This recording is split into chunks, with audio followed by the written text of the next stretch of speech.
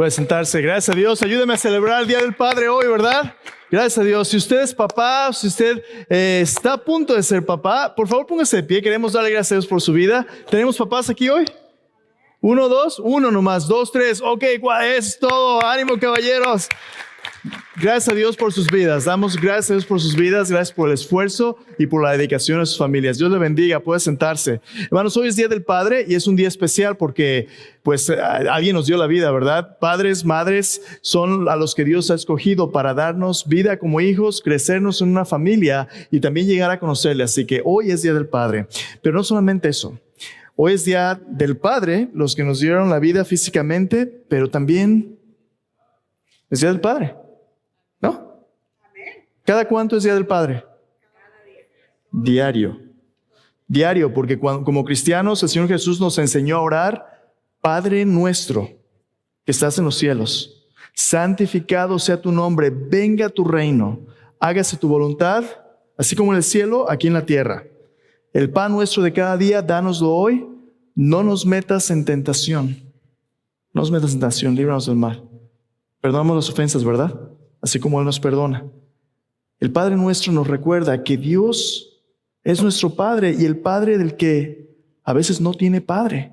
Dios es el Padre del huérfano. Dios es el que cuida de la viuda y el extranjero. Dios es el que provee vida para aquellos que están en circunstancias difíciles. Y como familia recordamos que aun cuando nuestras familias son imperfectas, aun cuando nuestras familias a veces tienen problemas y son disfuncionales, Dios quiere acercarnos a Él y Dios quiere sanar los dolores que nosotros llevamos cargando. A lo mejor tú creciste en una familia donde no había papá. A lo mejor tu mamá te crió y tú viste a tu mamá trabajar tan duro y con tanto esfuerzo para sacarte adelante.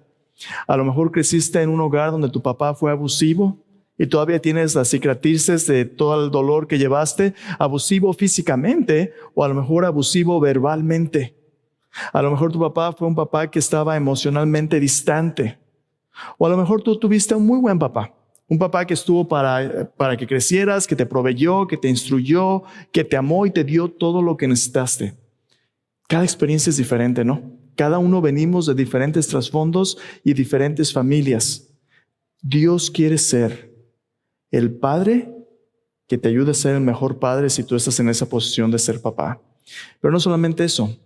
Dios también quiere ser el ejemplo que nosotros podemos seguir. Porque en este mundo, familia en Cristo, en este mundo tenemos decisiones delante de nosotros que nos van a llevar o ser las personas que Dios quiere que seamos o cualquier otra cosa. La pregunta es, ¿qué camino vamos a tomar? Y precisamente en esta serie de mensajes, Todo entrego a ti, que es una serie de mensajes sobre la adoración, vamos a ver acerca de esa decisión, cómo es que nuestra vida se ve hacia adelante cuando tenemos un encuentro personal con Dios. Guys up there in the sound, this is giving feedback. Can you calibrate me a little bit? Thank you, because it's really ringy. Appreciate you. Thank you so much. Entonces, ¿cómo puedo yo entregar todo a Cristo de tal manera que lo que yo hago y que lo que yo vivo puede ser un instrumento que Dios utiliza para su gloria y que puede de hecho hacerme el ser humano que Dios quiere que yo sea? Si tiene su Biblia, le voy a invitar a abrirla hoy en Mateo capítulo 2. Mateo capítulo 2. La semana pasada empezamos a hablar acerca de la adoración y vimos la confrontación entre Jesús y ¿quién? Satanás. El pasaje de la tentación en Mateo capítulo 4. En el Evangelio de Mateo, cuando Jesús aparece, la palabra adoración se utiliza muchas veces para hablar acerca de cómo los seres humanos, cuando tienen un encuentro con Dios, se rinden ante la presencia de Dios, entregan todo lo que tienen y lo que ellos son. Su vida y mi vida hacia adelante está determinada por nuestra respuesta a Dios, cómo respondemos a Dios en adoración. Y lo que vamos a ver hoy es que así como Satanás le dijo a Jesús, te voy a dar todos los reinos del mundo si tú te postras, si tú te inclinas y me adoras, así este mundo sigue presentándonos delante de nosotros la oportunidad de vivir como si nosotros fuéramos reyes o como si Dios es rey. El pasaje que vamos a ver hoy, de hecho, es la primera vez en el Evangelio de Mateo donde aparece la palabra adoración. Pero interesantemente, la primera persona que menciona la adoración en Mateo, especialmente en cuanto a Jesús, no es una persona que está dispuesta a seguir a Jesús. Mucha gente habla de su religión, mucha gente habla de Dios, pero pocos están dispuestos a rendirse a Jesús como Jesús se merece. Muchos de nosotros usamos la religión como un instrumento, como una muleta para conseguir lo que nosotros queremos, no para responder a Dios en obediencia por lo que Él pide. Y lo que vamos a ver el día de hoy en este pasaje es la primera vez que en el Evangelio de Mateo aparece la palabra adoración y lo que Dios espera de nosotros. Hoy es Día del Padre, pero interesante este pasaje. Es un pasaje que normalmente se lee en Navidad, pero no es un pasaje nada más para Navidad. Es un pasaje que nos habla de cómo respondemos cuando tenemos un encuentro con Jesús como Rey y Señor. Si tiene su Biblia, entonces, le invito a que la abra en Mateo capítulo 2, versículo 1. Mateo 2, versículo 1 es el pasaje de la visita de los magos después del nacimiento de Jesús. Mateo 2, versículo 1, vamos a leerlo juntos, versículo 1 al versículo 12. Mateo 2, 1 al 12. Dice así. Cuando Jesús nació en Belén de Judea, en días del rey Herodes, vinieron del oriente a Jerusalén unos magos diciendo: ¿Dónde está el rey de los judíos que ha nacido? Porque su estrella hemos visto en el oriente y venimos a adorarle. Oyendo esto, el rey Herodes se turbó y toda Jerusalén con él. Convocados todos los principales sacerdotes y los escribas del pueblo, les preguntó: ¿dónde había de nacer el Cristo? Ellos le dijeron: en Belén de Judea, porque así está escrito por el profeta. Y tú, Belén, de la tierra de Judá, no eres la más pequeña entre los príncipes de Judá, porque de ti saldrá un guiador que apacentará a mi pueblo Israel. Entonces Herodes, llamando en secreto a los magos, indagó de ellos diligentemente el tiempo de la aparición de la estrella. Y enviándolos a Belén, dijo: id allá y averiguad con diligencia acerca del niño, y cuando le halléis, hacedmelo saber, para que yo también vaya y le adore. Ellos, habiendo oído al rey, se fueron, y aquí la estrella que habían visto en el oriente iba delante de ellos, hasta que llegando se detuvo sobre donde estaba el niño. Al ver la estrella se regocijaron con muy grande gozo, y al entrar en la casa vieron al niño con su madre María, y postrándose lo adoraron. Y abriendo sus tesoros le ofrecieron presentes, oro, incienso y mirra. Pero siendo avisados por revelación en sueños que no volvieran a Herodes, regresaron a su tierra por otro camino. Entonces usted tiene ahí el pasaje. En este pasaje claramente vemos dos tipos de personas en autoridad, dos tipos de hombres, dos tipos de líderes. Usted tiene a los magos y usted tiene al rey Herodes. Alguien ha dicho que los hombres, hay solamente dos tipos de hombres: los que piensan que ellos son el rey y otros que reconocen a alguien más como el rey. ¿Cuál de ellos somos cada uno de nosotros? Escogí este pasaje porque estamos hablando acerca de la adoración y es la primera vez que la adoración se menciona en la Biblia, pero interesante, no se menciona de personas que usted esperaría se mencionara, como los escribas, los fariseos, los líderes religiosos. Los primeros que hablan de la adoración en el libro de Mateo son los magos. Ahora, ¿quiénes son los magos? Bueno, cuando usted lee Navidad, este pasaje, o piensa en Navidad, usted piensa todo tipo de tradiciones, ¿verdad? Normalmente, si usted pone un nacimiento o ve ciertas imágenes navideñas, usted ve a los... ¿cuántos reyes magos? 3 reyes magos que van al pesebre y encuentran a Jesús y presentan sus regalos, ¿verdad? Oro, incienso y mirra. Y ahí están los animales y los pastores, todo el mundo haciendo una posada y bien a gusto. Pero en el pasaje que leímos hace un momento, usted se da cuenta que para empezar no nos dice que estos fueran reyes. Nos dice que eran magos. ¿Y qué es un mago? Bueno, un mago en este contexto no era una persona como ahora los magos que hacen magia, ¿verdad? Era una persona que era una persona de la corte de los reyes de Persia. Esta persona en la corte era normalmente una persona de gran influencia y era una persona que tenía recursos, era rica y tenía gran educación, pero eran los hombres de ciencia de su tiempo. Eran los astrólogos y astrónomos de su tiempo, los médicos, los estadistas, los abogados. Eran personas que servían de recurso y de sabiduría a los reyes de Persia. Y estas personas eran personas encargadas también de la estabilidad política del imperio. Y lo interesante es que estas personas vienen a Israel diciendo que vienen buscando al rey de los judíos. Los persas no eran judíos. Estos magos no eran judíos, eran gentiles a quienes los judíos veían como personas lejos de Dios, excluidas de las promesas de Dios. De hecho, los judíos y los gentiles, las naciones, tienen una relación tan difícil que ellos decían que las naciones, los gentiles, eran como si fueran perros. Había un pleito muy grande entre el pueblo de Israel y entre las naciones, porque el Imperio Romano, por ejemplo, los tenía, a lo mejor Dios le está queriendo decir algo, ¿verdad? Sí, pero está diciéndolo a través de su palabra, no se preocupe por eso. Están pegados y a veces con el calor y el frío se caen. Pero el punto es este. La tensión que había entre el pueblo de Israel y los gentiles era tan grande y no sin causa alguna, porque el Imperio Romano, gentiles, los tenían oprimidos con impuestos y con guerras y los trataban muy mal. De hecho, el rey que reinaba sobre ellos, el rey Herodes, no era un judío, era un edomita, un idumeo. Y Herodes era una persona que políticamente se había apoderado del trono, pero no solamente se había apoderado del trono, era una persona muy, muy celosa, muy inestable y muy violenta. Ahora, Herodes era una persona que era un buen administrativo. De hecho, era una de las personas que en el mundo antiguo construyó edificios hermosos. El templo mismo en Jerusalén, él lo construyó, fortalezas por todos lados, una ciudad marítima llamada Cesarea con un puerto artificial enorme. Herodes era un buen administrador y un buen político, pero era una persona que vivía desconfiado de todos. A tal grado era su desconfianza política que su familia eran los que sufrían más. Herodes era uno de los peores padres del mundo antiguo.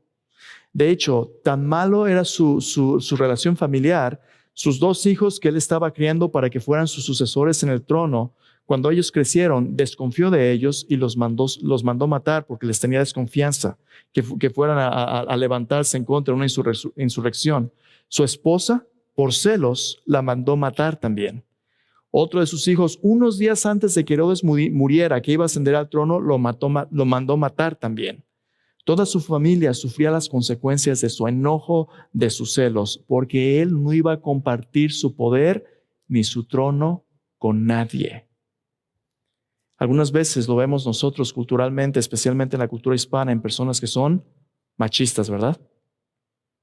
Yo no sé cómo creció usted, pero yo crecí en un contexto donde algunas veces los hombres pensaban que como deberían tratar a la esposa era a golpes, o que tomaban y se emborrachaban y cuando perdían el control aventaban todo tipo de muebles, apendaban cosas pensando que así son los hombres, ¿no? Los hombres no lloran, los hombres tienen que ser machos. Bueno, Herodes pensaba que su posición era de ser el hombre y el señor de su casa. Pero hay un problema, que el trono del universo ya está ocupado y no le corresponde a él. Dios, en su amor y su misericordia, prometió que un día iba a venir un rey que iba a gobernar el mundo con justicia y nos iba a mostrar cómo ser rescatados de nuestras propias inseguridades y temores. Ese rey es Jesús. Así que hoy, Día del Padre, vamos a hablar acerca de este pasaje de la adoración, porque como hombres, escúcheme bien, caballeros, si usted es un padre de familia, si usted está casado o si usted es soltero aún, Dios le ha dado al varón la responsabilidad de ser el líder espiritual de su familia, pero también en la iglesia, de tomar la iniciativa en su vida espiritual. Y en este pasaje, los que deberían de ser los guardianes del bienestar espiritual de su familia, del pueblo de Israel, de la familia de Dios, habían tomado la plataforma de autoridad y de poder para su propio beneficio. Y cuando Dios envió a su Hijo Jesús, lo vieron más como competencia que como aquel a quien ellos decidían servir. En otras palabras, en nuestra vida y al guiar a nuestras familias, tenemos una decisión que tomar. Podemos ser personas que acaparan recursos para ellos mismos o podemos ser personas que entregan su vida para que otros tengan vida. La pregunta que vamos a hablar hoy es esta: ¿cómo podemos ser transformados en adoradores cuando tenemos corazones de acaparadores? Piense por un momento. Su tiempo, salud. Sus talentos, sus tesoros. ¿Para quién son? ¿Para quién es todo lo que usted valora y lo que usted posee? ¿A quién le pertenecen sus hijos, su familia, su trabajo? ¿A quién? ¿A usted solo? ¿O le pertenecen a Dios? Es fácil decirlo, pero ¿qué tan fácil es vivirlo? Mire, de hecho el profeta Isaías, mire lo que Dios dijo a través de él. Dios le dijo a su pueblo, este pueblo de labios me honra, pero su corazón está lejos de mí. Este pueblo de labios me honra, pero su corazón está lejos de mí. Como dice el dicho, ¿verdad? De lengua me echo un taco. Es fácil decir, oh, yo adoro a Dios, oh, yo creo en Dios, oh, yo sigo a Dios. Es fácil decirlo, pero ¿qué tan fácil es vivirlo? Y cuando lo vivimos, ¿cómo se demuestra que realmente adoramos a Dios? ¿Cómo se demuestra que realmente estamos haciendo un camino para que otros conozcan a Dios? Bueno, en este pasaje, por lo que acabamos de leer, nuestra devoción y nuestra adoración a Dios se demuestra no haciendo falsas promesas. Mire lo que dice Herodes. Vayan y vean dónde está el niño y cuando lo encuentren, díganme para que yo vaya y ¿le qué? ¿Era honesto? Estaba mintiendo, porque Herodes iba, como vemos en los versículos siguientes que voy a leer un momento, iba a tratar de matar a Jesús mismo. Cuando usted no se rinde a Dios, usted va a ver a Dios como una amenaza en su vida. Y usted va a tratar de alejarse de Dios tanto como pueda. ¿Cómo podemos, en lugar de acaparar lo que tenemos, rendirnos a Dios y pasar de acaparadores a verdaderos adoradores? Es de lo que vamos a hablar hoy. Así que 2 cosas que le voy a proponer hoy es estas. La primera dice, para ser transformados de acaparadores a adoradores debemos hacer 2 cosas. La primera de ellas es esta. Debemos rendirnos a la revelación de Dios por medio de la naturaleza y la escritura y buscarle con todo nuestro corazón. Este es el viaje en el que estamos siendo transformados a imagen de Cristo. Pastor, ¿qué significa eso? Tenemos que rendirnos a la revelación de Dios por medio de la naturaleza y la escritura. Vamos a hablar de ello un poquito.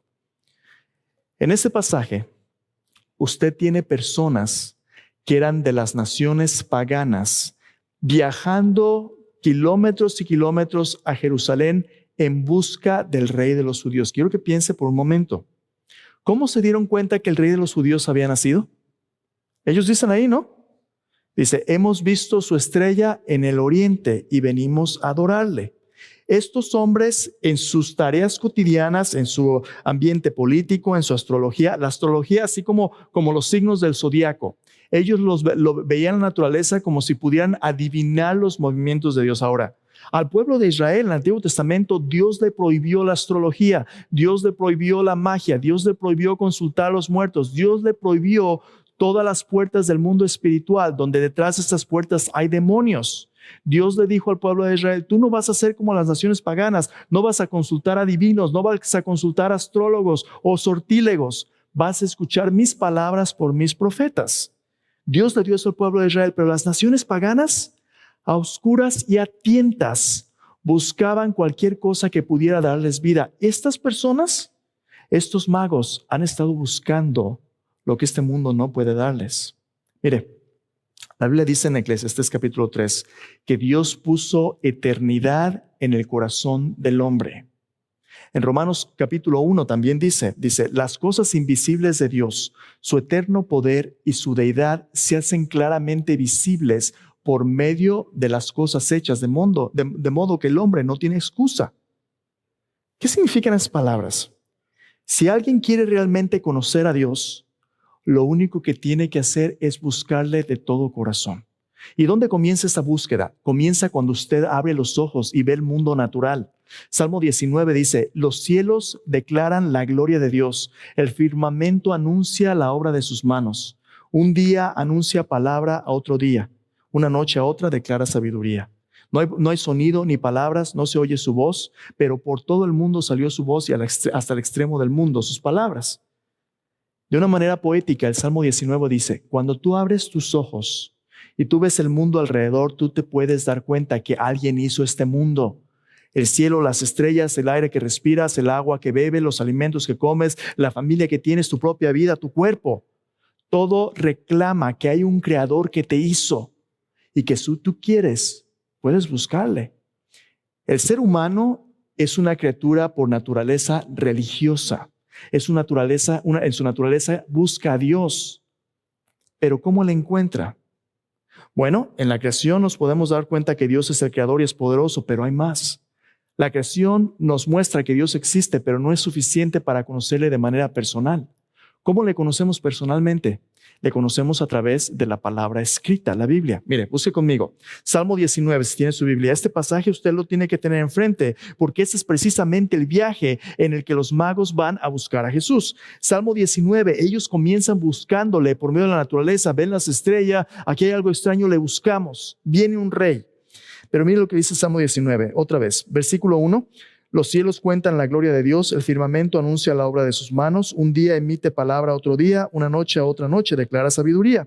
No hay lenguaje ni palabras, ni es oída su voz. Por toda la tierra salió su voz y hasta el extremo del mundo sus palabras. Escuche. En ellos puso tabernáculo para el sol, como esposo que sale de su tálamo se alegra cual gigante para recorrer el camino. De un extremo de los cielos es su salida, su curso hasta el término de ellos. Nada hay que se esconda de su calor. En otras palabras, como Mufasa le dijo a Simba en el Rey León, ¿se acuerda? Todo donde toca la luz es tu reino. Donde sale el sol y se pone el sol, ese conocimiento universal de Dios en la creación es para ti, para que sepas que hay un creador que te hizo. Es suficiente para saber que tienes un creador delante del cual es responsable, pero hay más. ¿Cómo es Él? ¿Qué le gusta? ¿Cuál es su voluntad para mi vida? Mire lo que continúa el Salmo diciendo, versículo 7. La ley de Jehová es perfecta, que convierte el alma. El testimonio de Jehová es fiel, que hace sabio al sencillo. Los mandamientos de Jehová son rectos, que alegran el corazón. El precepto de Jehová es puro, que alumbra los ojos. El temor de Jehová es limpio, que permanece para siempre. Los juicios de Jehová son verdad, todos justos. Deseables son más que el oro, más que mucho oro afinado, dulces más que la miel, que la que destila del panal. A la revelación natural de la creación, Dios le añadió una misericordia extra. ¿Sabe qué nos dio? Su palabra escrita, la Biblia. A través de los profetas, a través de la palabra de Dios, la Biblia, Dios nos declaró cómo es Él y lo que Él le gusta, su voluntad específica para conocerle como persona. Pero no solamente eso. ¿Sabe? Su Biblia es un libro de este grueso, ¿verdad? Realmente es una biblioteca, escrita en un periodo de más o menos 1400 a 1600 años, por más de 40 autores, 3 diferentes idiomas, diferentes continentes, diferentes clases sociales. Y a pesar de ser un libro con tanta diversidad, es una historia de principio a fin. Es una historia que tiene una continuidad perfecta y es una historia que clama tener un autor, Dios. Y a través de medio humano nos dio a conocer su humanidad también, porque en el centro de esta historia se trata de las promesas de Dios, el Antiguo Testamento, y su cumplimiento en el Nuevo. Y en el centro, el cumplimiento de Dios por medio de Cristo Jesús. ¿Por qué le estoy diciendo todo esto? Piensa en los magos, paganos a oscuras en el paganismo de la astrología, la brujería, pero se dan cuenta que esto no es lo que les llena, esto no, de hecho, entre más se involucran en lo que el mundo ofrece, más rotos están. Los imperios de este mundo, así como Satanás demostró a Jesús en Mateo 4, dice, todo esto te doy. Jesús dice, tú no me das nada, tú viniste a robar, matar y destruir. ¿Qué es lo que en este pasaje vemos? Estas personas que empiezan en un contexto pagano, vienen buscando al rey y ¿qué escuchan después? Herodes trae a los sacerdotes, a los fariseos, ¿y qué es lo que hacen? Abren la Biblia. Les dice, ¿dónde van a ser el rey? En Belén de Judea, porque así está escrito por el profeta. Dios nos da la naturaleza, Dios nos da su palabra, la Biblia. ¿Para qué? Para que tengamos un encuentro con Jesús. Mira, mucha gente se queda simplemente en las muletas de la religión.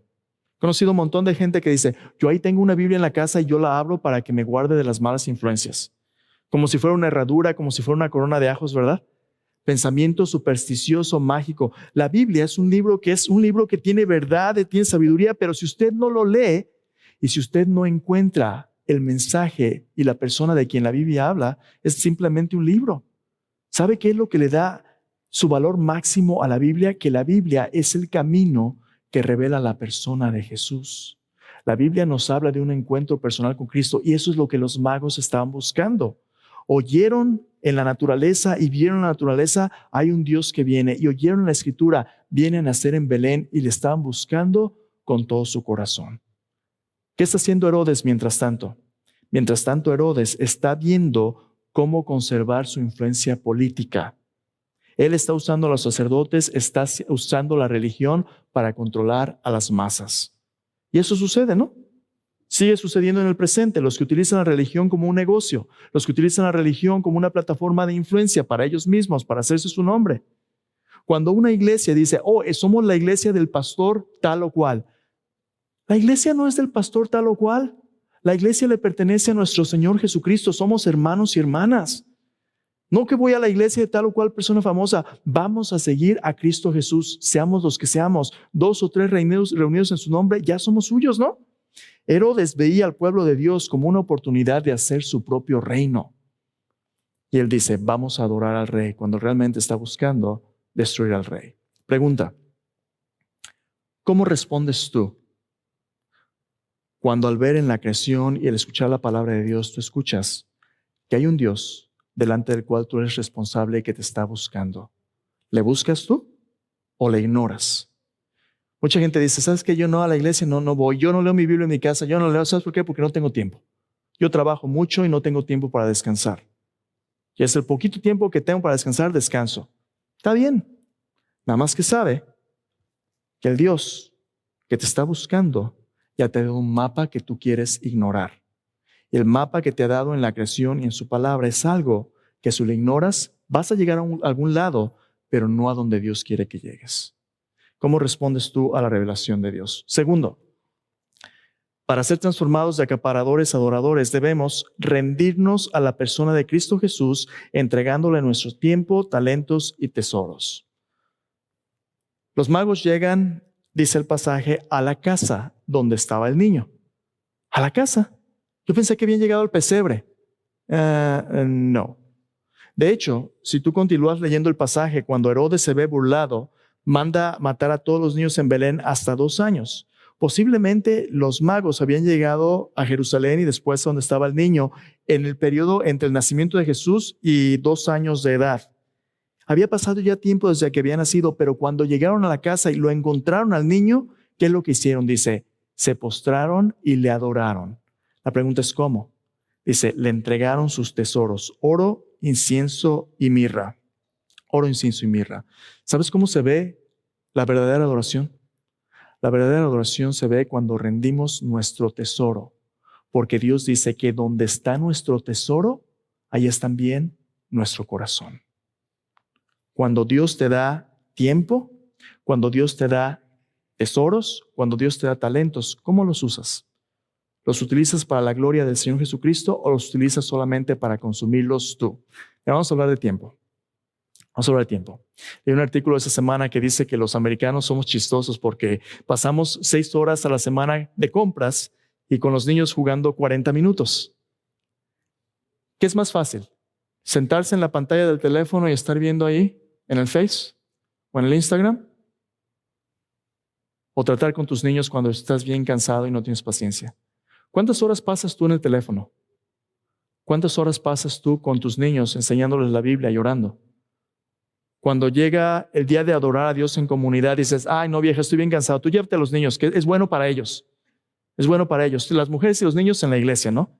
Y tú, pues en la carne asada o en el partido, ¿no? ¿Cuándo les vas a mostrar tú a tus niños que eres el líder espiritual de tu familia y que tomas a Dios en serio? Que realmente tu vida ya tiene rey y ese rey no eres tú, ese rey es Jesús. Herodes utilizó su trono para él sentarse hasta que se muriera. El Herodes era tan terrible que la gente ya estaba cansado de él y de sus tiranías. Pero él mandó que si algo le pasara a él y alguien lo asesinaba, debían matar a un montón de sus líderes religiosos para que el pueblo llorara también por él. Así de tirano. ¿Cómo eres tú con tu esposa, con tus hijos, con las personas que trabajan alrededor? ¿Eres una persona que da vida y que la gente, ¿sabes qué? Fulano de tal, mis respetos porque busca el bien de los demás.